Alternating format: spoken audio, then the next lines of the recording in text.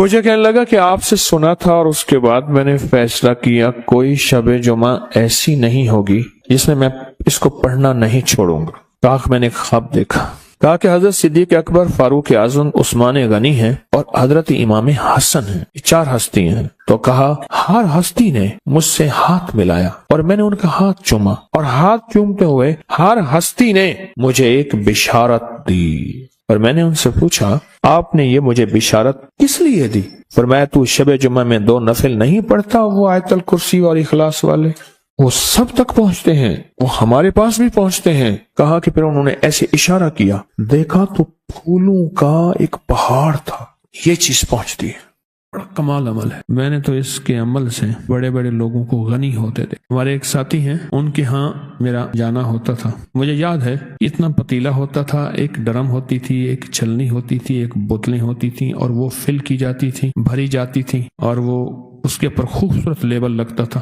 میں نے وہ دیکھا اور میرا 100% وجدان کہتا ہے، 100% وجدان کہ انہوں نے یہ عمل کیا۔ پھر ایک وقت تھا ان کی 3 منزلہ فیکٹری کی میں دعا کر رہا، بہت بڑی فیکٹری، اور اس میں چہل پہل۔ یہ عمل ہے بڑا طاقتور شب جمعہ کا۔ شب جمعہ میں گڑ گڑا کے 70 بار سورۃ فاتحہ پڑھ لیں، اگلے دن 60 بار، پھر اگلے دن 50، پھر اگلے دن 40، پھر اگلے دن 30 بار، پھر اگلے دن 20 بار، پھر اگلے دن 10 بار۔ کمال ہے۔ میں نے تو بڑے بڑے لوگوں کو اس عمل سے تبنگر ہوتے دیکھا۔ وہ ہے ربنا آتنا فی الدنیا حسنۃ وفی الآخرۃ حسنۃ وقنا عذاب النار۔ 2 نفل پڑھ لے، سورۃ فاتحہ کے بعد جہاں سورت ملانی ہے اسی دعا کو پڑھیں، اور لفظوں پہ اثر ہو، لہجوں پہ اثر ہو، اس کے لفظوں پہ، لہجوں پہ، اور اس کے معنی پہ نظر ہو، اور اس کے وعدوں پہ نظر ہو، یہ پڑھتے ہوں۔ ایک یہ ہے کہ میں نے 1000 پڑھنی ہے، آپ 1000 نہ پڑھیں، 100 دفعہ پڑھ لیں، کوئی حرج نہیں، اور 100 دفعہ پڑھیں ایسے کہ عرش الہی ہلے، اور تیری دنیا بھی لاجواب بن جائے اور تیری آخرت بھی لاجواب بن جائے، اور صرف تیری نہیں، میری نہیں، اللہ نسلوں کی بنا دے، اللہ امت کی بنا دے۔ اس گڑ گڑا کے، اس انداز سے، اس کیفیت کے ساتھ اس دعا کو پڑھنا ہے۔ پہلی رکعت میں جتنا توجہ سے پڑھ سکیں، جتنا دھیان سے پڑھ سکیں، جتنا اعتماد سے پڑھ سکیں، جتنا دل کی گہرائیوں سے پڑھ سکیں، جتنا اندر کے درد سے پڑھ سکیں، جتنا اندر کے وجدان سے پڑھ سکیں، جتنا قبولیت کے وعدوں سے پڑھیں، جتنا وعدوں پہ اعتماد سے پڑھیں، وعدوں پہ اعتماد، وعدوں پہ اعتماد اور وعدوں کا یقین۔ اللہ اس کے حبیب نے جو وعدے کیے ہیں اس دعا پہ، اس کیفیت کے ساتھ جب پڑھیں گے نا، پھر اس کی کریمی، اس کی شان، اس کا کرم اور اس کی عطائیں متوجہ ہوتی ہیں۔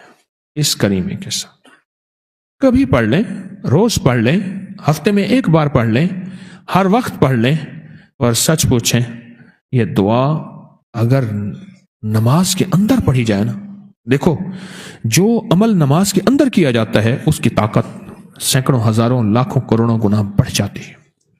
اس دعا کی طاقت بڑھ جاتی ہے، اس دعا کی تاثیر بڑھ جاتی ہے، اس دعا کا کمال بڑھ جاتا ہے۔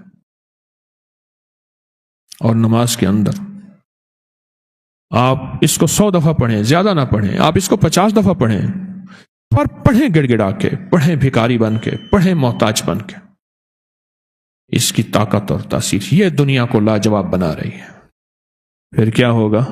پھر غیب سے اللہ کوئی ایسا نظام بنائے گا، اللہ مجھے بھی بیٹھ کے برکت عافیت کے ساتھ اللہ نسلوں کو کھلائے گا، اور اللہ نسلوں کی ضرورتیں غیب سے پوری کرے گا۔ یہ نفل کمال نفل ہے، اور ان نفل کی تاثیر بہترین زندگی ہے۔ ان نوافل کی تاثیر، ان کا کمال، ان نفلوں میں عظمتیں، ان نفلوں میں کبریائیاں، ان نفلوں کے اندر اللہ کے وعدے عجب ہیں، عجب ہیں۔ آپ اگر طبیعت کمزور ہے، کھڑے نہیں ہو سکتے، یہ نفل بیٹھ کے پڑھ سکتے ہیں۔ آپ سفر میں ہیں، بس میں جا رہے ہیں، بس میں پڑھ سکتے ہیں، گاڑیاں پڑھ سکتے ہیں، جہاز میں پڑھ سکتے ہیں، ریل ٹرین میں پڑھ سکتے ہیں،